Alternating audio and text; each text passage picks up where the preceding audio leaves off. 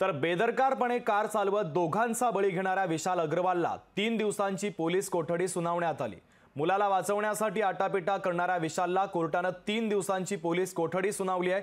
त्यापूर्वी विशालवर शाईफेक देखील करण्यात आलेली आहे। सविस्तर पाहूयात।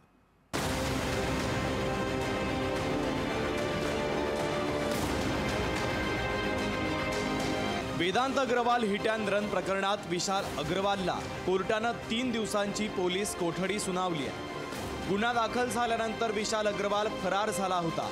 फरार विशालला पुणे पोलिसांनी छत्रपती संभाजीनगरमधून अटकही केली।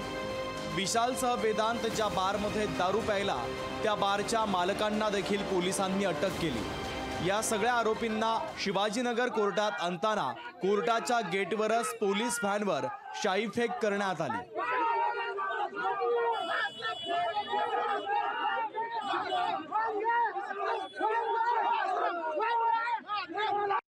जीव घेतलेत त्याचं तोंड काळं करण्यासाठी आम्ही आलो होतो।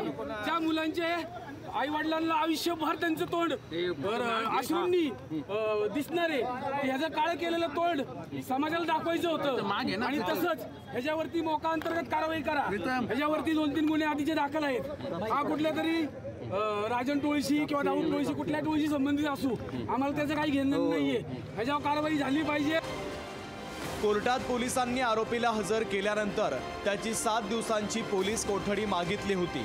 विशाल अग्रवाल गुन्हा दाखल झाल्यानंतर फरार का झाला, त्याचे नेहमीचे वापरातले फोन कुठे आहेत या चौकशीसाठी पोलिसांनी वेळ मागितला होता, पण कोर्टाने त्याला 3 दिवसांची कोठडी सुनावली आहे। याच प्रकरणात कायदेतज्ञ असीम सरोदे यांनी हस्तक्षेप याचिका दाखल केली आहे। या प्रकरणात विशाल यांची वडील म्हणून चूक असल्याचा आरोप सरोदे यांनी केला। आपल्या मुलाचं वय 18 वर्ष नसताना त्याला पबमध्ये किंवा बारमध्ये पाठवणं किंवा जाऊ देणं हे सुद्धा चांगल्या पालकाचं लक्षण नाही आणि त्यामुळे ज्युव्हेनाईल जस्टिस ॲक्टनुसार त्यांनी आपल्या पाल्याकडे म्हणजे मुलाकडे दुर्लक्ष केलेलं आहे आणि त्यामुळे हा सगळा जो अपघात घडलेला आहे तो त्याचंच लक्षण आहे की त्यांनी मुलाला जास्तीची मोकळीक दिली आणि कोणतंही नियंत्रण मुलावर ठेवलं नाही। त्यामुळे कोर्टाने 24 तारखेपर्यंत न्यायालयीन कोठडी दिली।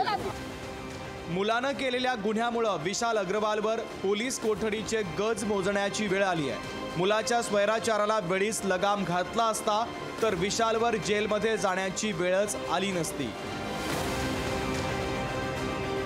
चंद्रशेखर भांगे, लोकशाही मराठी, पुणे। लोकशाही मराठी ऐका, पहा, जागरूक रहा।